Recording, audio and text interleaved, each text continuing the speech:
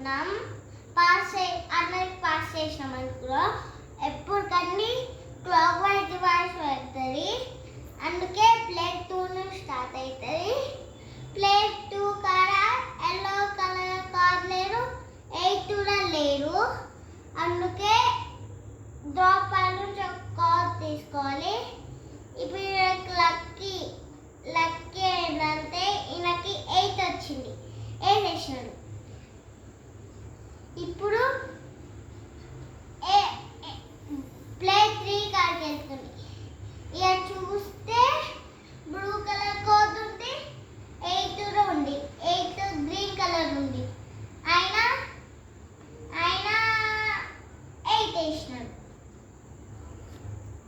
ఇప్పుడు ప్లేయర్ 1 కాడికి వెళ్తాం. ప్లేయర్ 1 కాడ 3 గ్రీన్ కార్డ్స్ ఉంటాయి.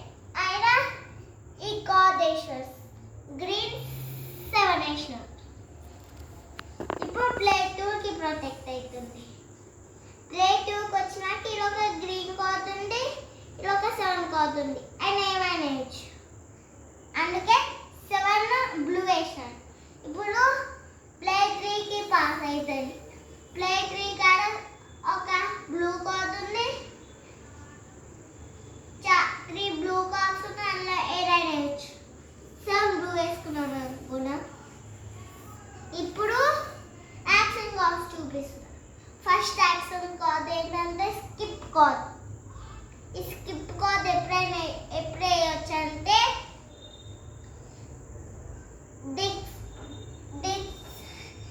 ఎప్పుడైనా మనం వేసే పాయింట్ పైన ఒక స్కిప్ కార్డ్ ఉంటే వేయచ్చు, లేకపోతే సేమ్ కలర్ ఉంటే వేయచ్చు.